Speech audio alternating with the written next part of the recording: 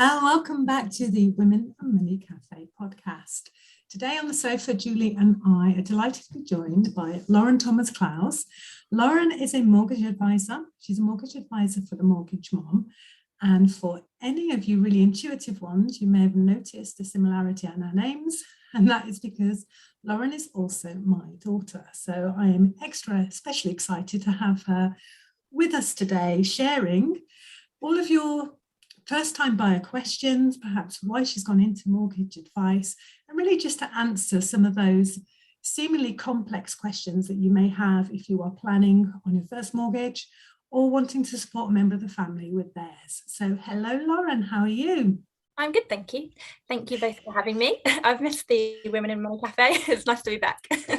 It's lovely to have you. For those that are watching, because Julie's now doing videos for these, you'll notice that Lauren's got two cats joining us, so it's going to be smiling. One of them is my favourite. So anyway, Lauren, we put out earlier the week to our audience some of the questions that they had, either for supporting family members to get a mortgage, or indeed if they were looking for one themselves. There were a couple that came up quite a few times, so I thought it might be really helpful if we went through those. But just before I do, would you like just to tell us a little bit about yourself, the mortgage advice, and the Mortgage Mum? So as you mentioned, I'm a mortgage broker. I'm working for a company called the Mortgage Mum. So we're an all-female brokerage, really nice atmosphere. Everyone's really supportive and everyone helps each other. So it's nice when I've got a client, I know that it's not just me that's helping them, it's the whole team. I'm based just south of Birmingham, but I actually help people all across the country because everything is done online.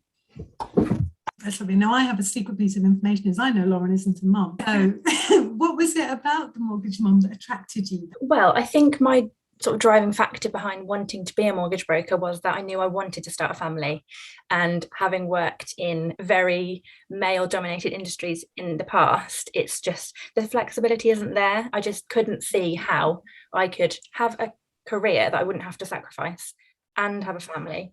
Like, I don't want to sacrifice either one of them. I do want to do both. So yeah, the Mortgage Mum, I came across it sort of by fate, and then had a meeting with Sarah, our founder, and I just loved everything the company was about, and they took me on. So yeah, not a mum yet, but hopefully in the future.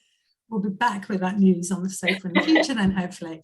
Okay, so I'm going to jump right in with some of the questions. And it reads, as a first-time buyer, what's a realistic figure, or what are the sorts of costs and fees on top of a deposit that would be needed for a first-time buyer? Yes, that people often don't realise actually it's more than just the deposit. So I think people have in their head that you save up generally 10% of the property price you want to purchase as the deposit, although sometimes it could be 5%, sometimes a little bit more. But I think that's the main thing that people focus on, when actually I'd say there's probably 5 other areas where there might be costs. So the first one that comes to mind is solicitors or conveyancers. They do all the legal and administrative work involved in buying a property. So they'll transfer the ownership from the seller's name into your name, and all sorts of other bits as well, but that's an overview. So costs, they really vary, to be honest. It completely depends on what solicitor you use and exactly what you're buying. So if you're buying a shared ownership property, for example, or a new build, I think there's a little bit more legal work involved, so there might be extra charges. But like, as a real average, I'd say you're probably expecting about 1,500, but you should always compare quotes as you would with, car insurance or anything. Get a few different quotes and compare before you decide. And a little side note on solicitors, actually, sorry, I'm digressing already, is sometimes when you're using an estate agent or a mortgage broker, they will ask you to use their solicitor. Or if you're using a estate agent, they might ask you to use their mortgage broker. So never be fooled by that. You never have to. They can sometimes be a little bit pushy, and they can sometimes refuse to place your offer if you don't use their recommendations. But that's actually, very naughty. We've seen a lot of that lately. A lot of our customers have been saying, I'm sorry, I can't use you because my estate agent has said we have to use their services in order to put the offer in, but that's actually not legal. So if that happens, I'd say speak to your solicitor that you've already instructed, or speak to your broker, and hopefully they'll be able to help you through like how to tackle that. Because an estate agent isn't allowed to refuse an offer if you don't use their solicitor or you don't use their broker. Right, can I just check what you've said there, Lauren? So you can use any broker, any solicitor you want, but some organizations will try and pressure you to use their representative, and they will resist putting your offer to the seller. Okay, so if I find myself in that situation, what would you advise me to do? So if the estate agent is saying you have to use their recommended solicitor. I mean, the reason is probably that they're going to receive some commission. That's why, yeah, exactly. That's why they want you to use their recommendation. So the first thing I'd do is go back to your solicitor that you're already working with, or your broker, see if they can contact the estate agent directly and maybe just let them know that they're aware what they're doing isn't actually legal, and see if they will still put your offer in. I mean, ultimately, what you're going to have to do is report them to the property ombudsman as a worst case scenario if they do refuse to put your offer in. But hopefully, with a little bit of conversation from your solicitor or mortgage broker, they will come around. But yeah, I just think they try and get away with it, but it's very naughty. That's a great top tip. Thank you. It is. And I think that's pressing our independent button a little bit, isn't it? We know the clients get the best outcomes when we can make all the choices that we want to. So top tip there. Thank you. So that was cost number one, the solicitor. Yeah. You mentioned that there may be 3 or 4 other costs as well. Can you just tell us a little bit more about those? Yes. So the next one that can be quite a big cost is surveys. So it's completely optional. It's not something you have to take out when you're buying a new home, but it can be recommended depending on what you're buying. So if you are buying a new build, for example, there's maybe less need for this. Whereas if you're buying a more older and more unusual property, then you probably would want to have a survey carried out. And a survey is just where somebody goes out and inspects the property, and they will give you a report, and it will just tell you a little bit about the condition of the property, and it might tell you about some potential defects, things that you want to be aware of before you commit to the biggest purchase of your life. So yeah, cost wise, I'd say, again, these are really ballpark figures, but you're probably going to be paying about £1,000 for a full building survey. That's the most thorough, in detail report you can get, where someone will tell you everything that could be wrong with this property. Or if you're buying a more normal property that is a little bit newer, you probably would get away with doing a home buyer's report. It's a less detailed report, and it will just highlight some of the major points and any obvious visual issues. So yeah, but both of those are completely optional, so you could skip those entirely, but the home buyer's report might be near about £500. Okay, you do have to go with a valuation though, don't you? And that's for the provider, am I right? Yes, so the lender will carry that out. You wouldn't have to instruct one on your own. You could if you wanted to, but there would really be no need, because that's going to be done by the lender anyway. Sometimes they charge for that, sometimes they don't. So with the lenders, there can be a few different fees that come up. One would be an application fee, and that is exactly what it sounds like. They are charging you just to apply for the product. There could be a product fee, and that's just paying for that specific mortgage product that they offer, and the valuation fee, as you just mentioned.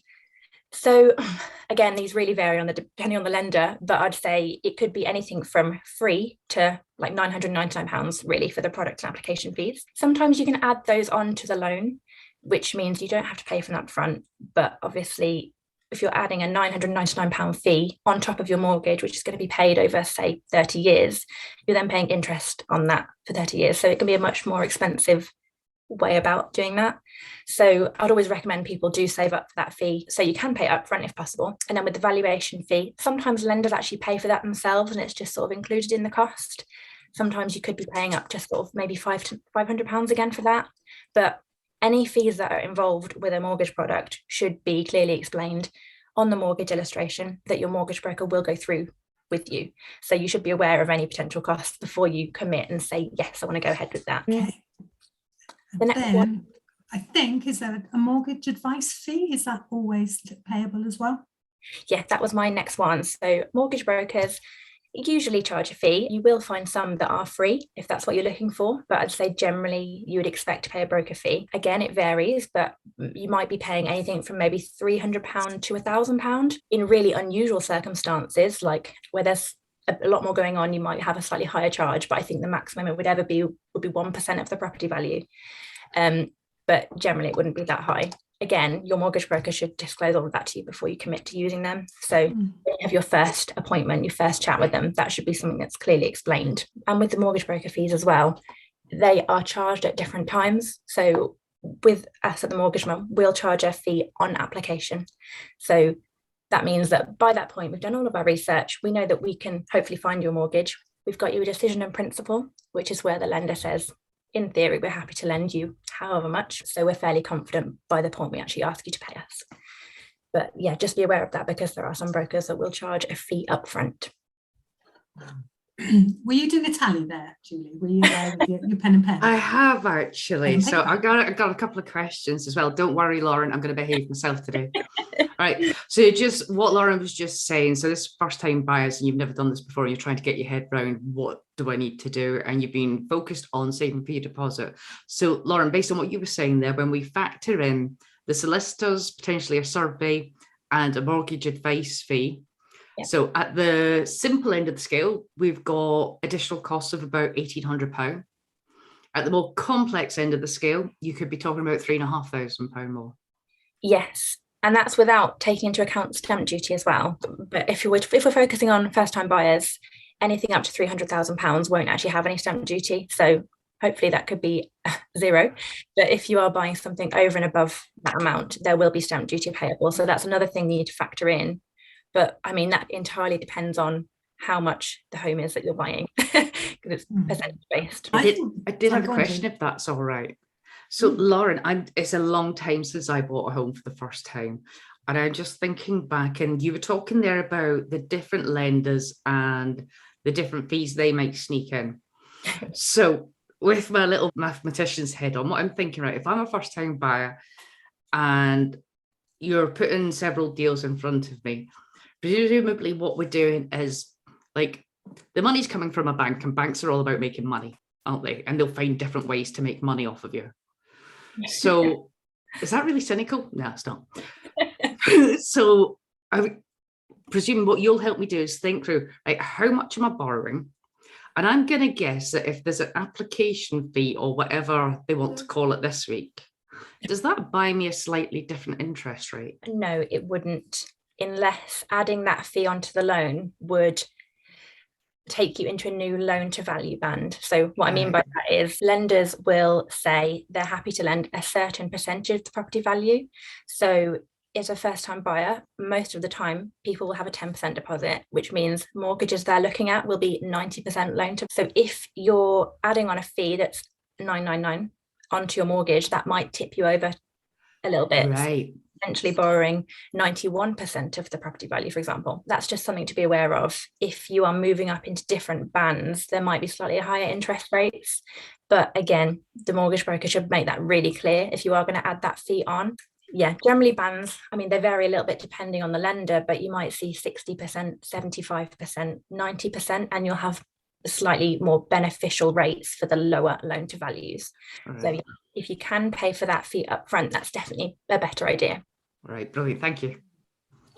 Just hearing all of that, because for me it wasn't that long ago that I was a first time buyer. So for anyone listening and thinking they never got on the ladder, I was nearly 39, I think, by the time I was in a position to buy a house. So there is hope. But it did make me kind of think as you were talking, Lauren, and I think it kind of lifts into our next question as well, is it actually better to see a mortgage advisor sooner? So one of the questions we have here is, for example, I don't know how much I could borrow, so I don't even know what house price to look at, but perhaps is it worthwhile having the conversation to go through the fees, to understand the affordability earlier on than perhaps people do come to you? Yes, I mean, it's never too early from my point of view. I often speak to people right at the start of the process.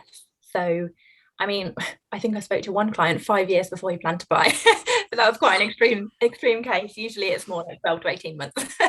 So yeah, definitely speak to a mortgage broker right at the beginning, because they can answer any of your initial questions. They can help you work out your affordability so that you know exactly property price to aim for and you know exactly how much to save. I've spoken to people before and they, like, quite late in the process, and they've actually either underestimated or overestimated how much they can borrow. So it's definitely a good idea to speak to a broker early on so you know exactly what you're aiming for and you know exactly what to expect. I do think sometimes the fees, that can be what puts people off speaking to a broker. But as I mentioned, at the Mortgage Mum, we only charge on application. So all early advice is completely free. And it's probably the same with most mortgage brokers out there. So definitely reach out to a few and speak to them and just ask if their advice is free initially, and then have those conversations.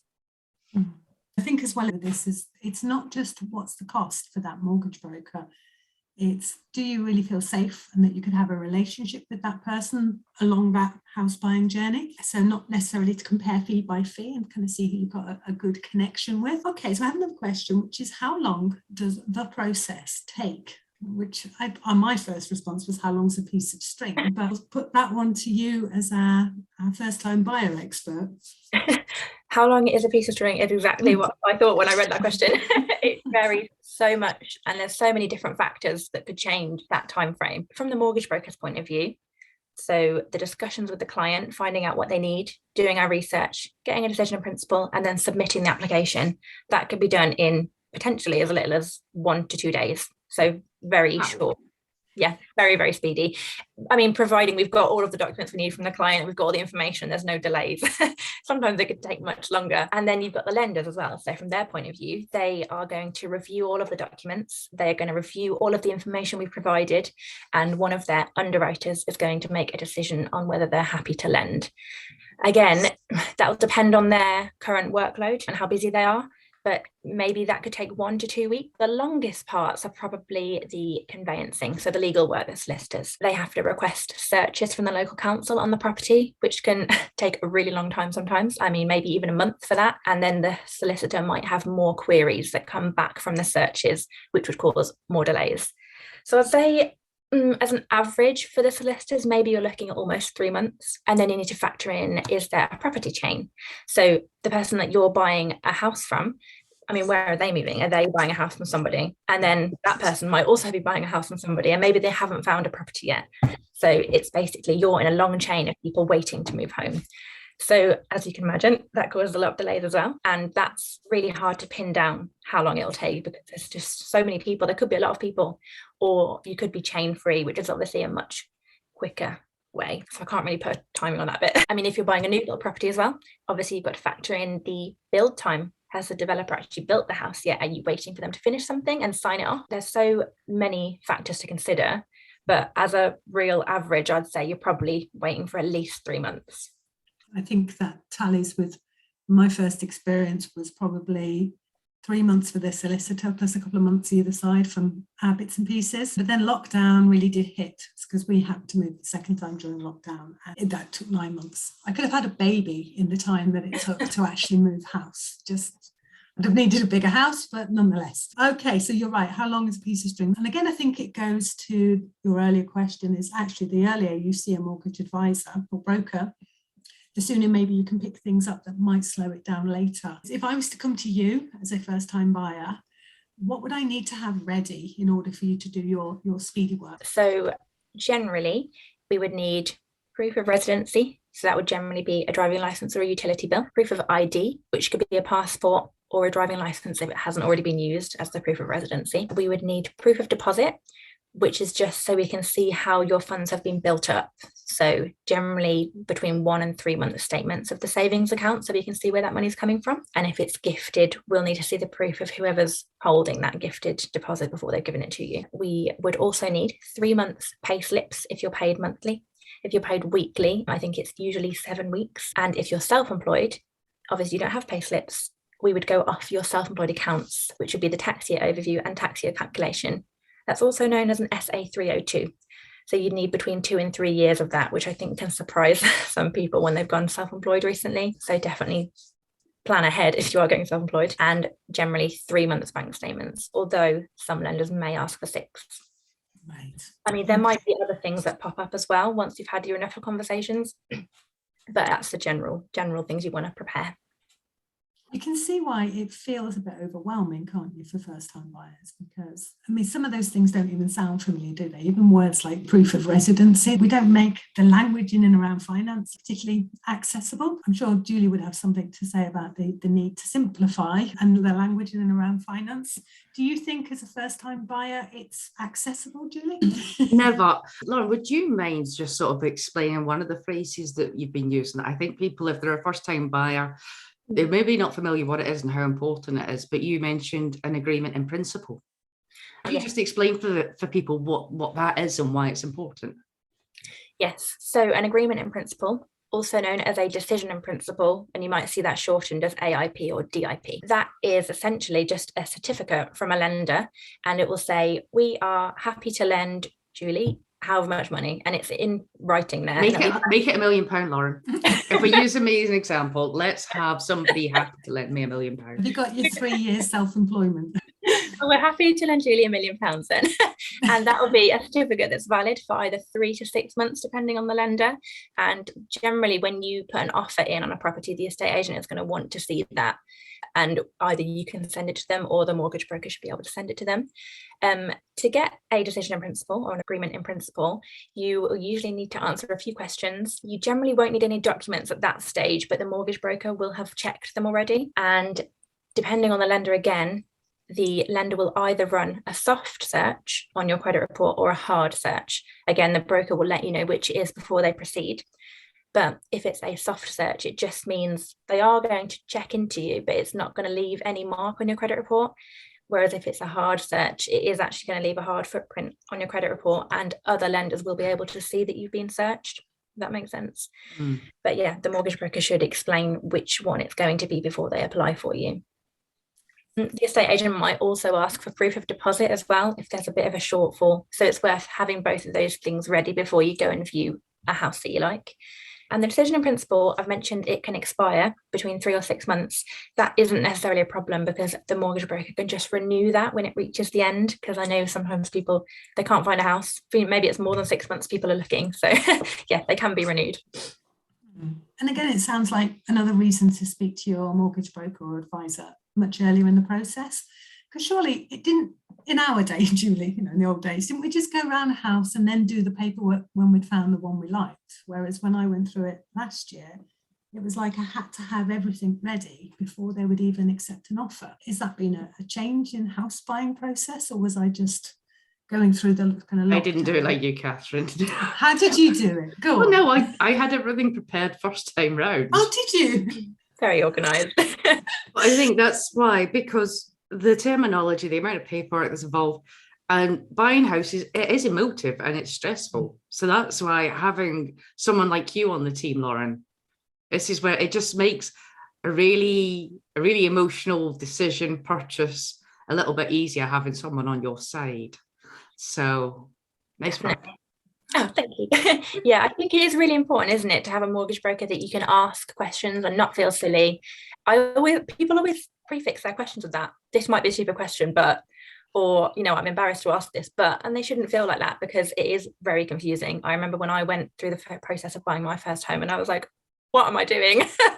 So yeah, they're not silly questions. I think that's reassuring to hear. So you did mention hard and soft print on credit score, which brings us to another question, which is what could I do to improve my credit score? Okay, there's a few things. So I'll go through them one by one. The first thing is obviously to know what you're dealing with. So download your latest credit report as early as you can.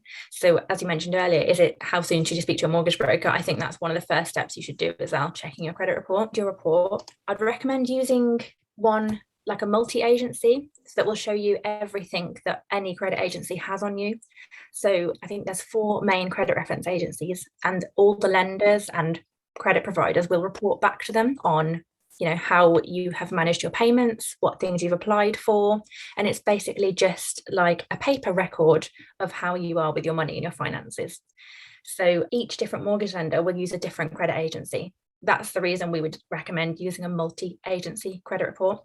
Sorry, that was very wordy. So basically that will just give you the fullest and most in detail picture, because some credit reference agencies will report on different things that others won't. So for example, you might have a late payment that shows up on one of the agencies, but not on another for some reason.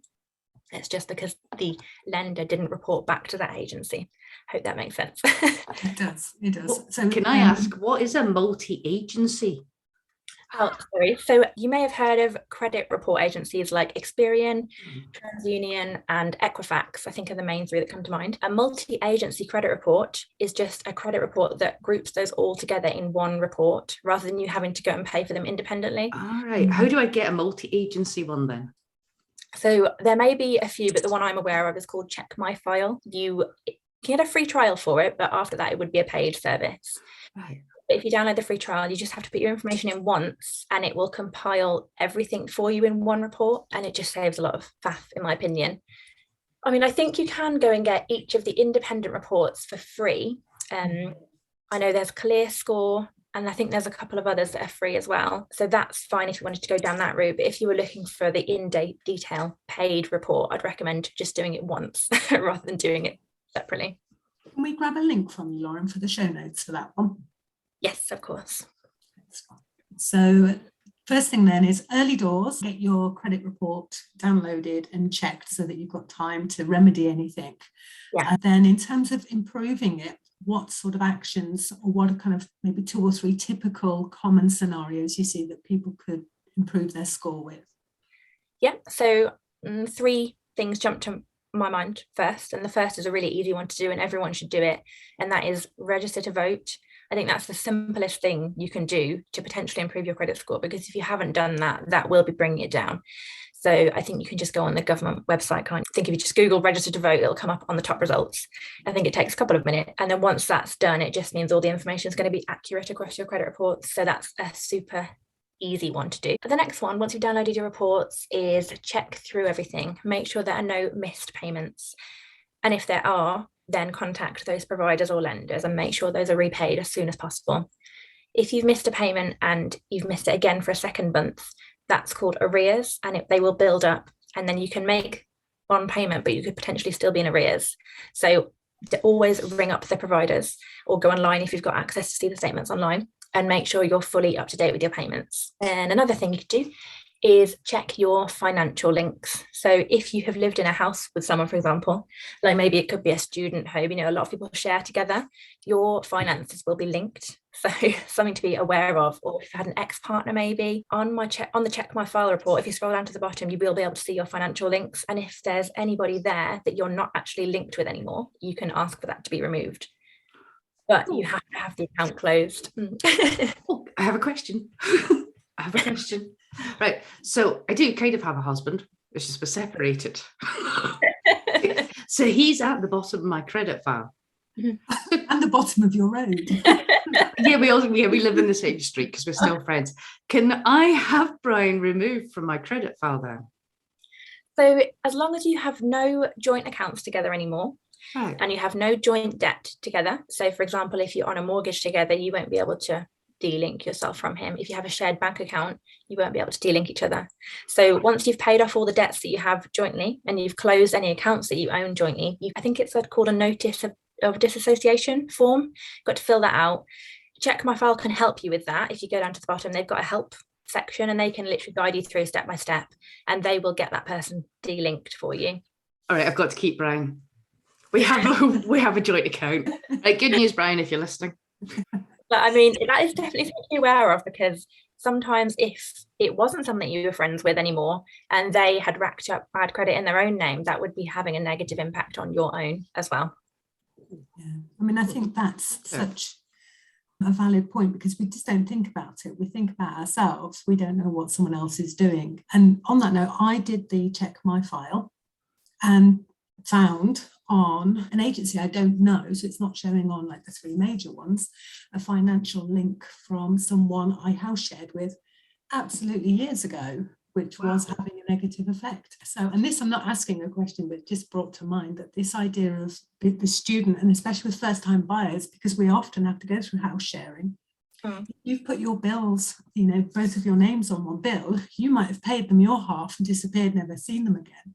But if that wasn't paid, and you're jointly liable for that, and I think that catches us out as well, that anything where your name has been on has to be, the first one they find is 100% responsible. There's no kind of 50% liability in that sense. So really good tip. Okay, so I'm just going to recap then. For first-time buyers, don't do what I did and go and look at the house that you want and then work backwards. So download your credit report would be one of your main tips, and speak to your mortgage advisor early. So that you know what sort of house you can buy, what sort of deposit amount you need to be saving up for, and what sort of other costs and fees are going to be involved. And then once you've got all of your documents in order and that kind of affordability, and then go off, enjoy house hunting, put the offer in, and then come back to your mortgage broker at the point for your decision in principle, agreement in principle. I would do the decision in principle prior to putting an offer in.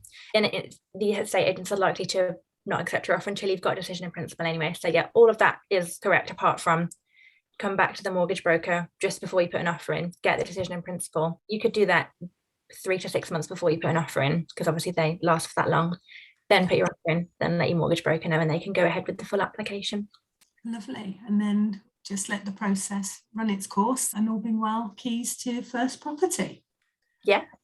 There we go. We just bought a house in 42 minutes. So that is really, really helpful, Lauren. Thank you so much. I am going to wrap up on the bombarding you with first-time buyer questions. But to anyone who is listening, who is either helping someone buy a house or about to buy their own first-time property, and there's a question that we've not covered in this week's episode, then reach out to myself and Julie. Our contact details are below, and we've got the Facebook community. We contact Lauren regularly, so we will put your question to her and find out any of those answers that we've not covered today. Julie, I'm going to wrap up on my questions now, so I'm going to hand over to you for wrapping up and our fun questions.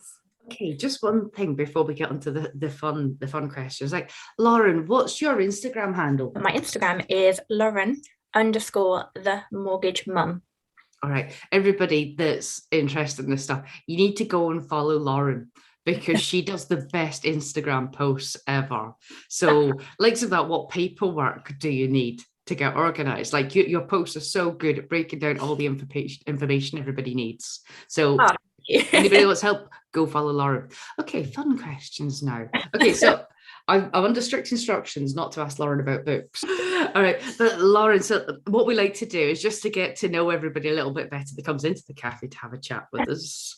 We do ask them some random questions. Okay. So what Catherine, myself, and everybody else that listens to the cafe would like to know is, what was the last thing you searched on Google? So this is a bit embarrassing for me. I'm a bit of a panicker. Like, I'm quite anxious and I worry. And I think you've Googled how to be a podcast guest, haven't you? No, but that would be definitely something I would normally do. So yeah, I couldn't sleep last night, and my cat jumped on the bed, and he was squinting at me. So I, of course, have panicked and thought the worst, and he's going to die or something. So my Google was, why is my cat squinting at me? And the answer? Yeah, the answer was it might be an allergy or he's got an infection, but this morning he's totally fine. So I was panicking over nothing. Do cats get hay fever? I don't know. All I'm thinking is because I was out doing some gardening yesterday, and I get really bad hay fever, and I'll get it dead early in the year. And I came in after doing the garden, like, oh God, hay fever's here. And I just wondered if cats got hay fever, if that might be what's wrong with them. So next time, don't Google, just text Julie. Why is my cat squinting at me? Hay fever. Not a vet or anything like that. This is not medical advice. It's not financial advice. You're all responsible for your own animals. All right, so that was your last Google. See, I want to know more about the cats. Tell us more about the cats. What are their names and why did they get called that? Oh, so there are two. You might have seen the big ginger one on my bed earlier. That is Garfield. He was actually called that just because I love the name, but he is completely fit into that character. So he is the greediest, fattest cat. So you have to make lasagna now. Well, not lasagna, actually. He's more into Easter eggs, which I know is completely toxic to him. And last a couple of she's Googled that. Yeah, I've Googled that. Had to run him to the vets at an emergency appointment because he ate an entire cream egg with the wrapper on when I was in the shower once. And then I found loads of sticky goo down his chest. And I was like, where's my cream egg gone? Yeah, that was stressful. I had to run him to the vets because obviously chocolate is toxic to cats. But Garfield loves Easter. So that's Garfield. And then the little grey one that I think jumped on my chair at the beginning as well, that's Pancake. And she's called Pancake because she's got a really flat face. You can't really see from the front, but she's got a bit of Persian in her, so she's got a really squashed face. Also, Lauren loves pancakes. Yeah, and I love pancakes as well. So we've got the pancake loving cat, and we've got the cream egg loving cat. All right. I think that's it for our random questions, unless there's anything else you would like to share, Lauren. Not that I can think off the top of my head, but thank you so much for having me. Oh, Lauren, it's been an absolute pleasure. Thank you. Thank you.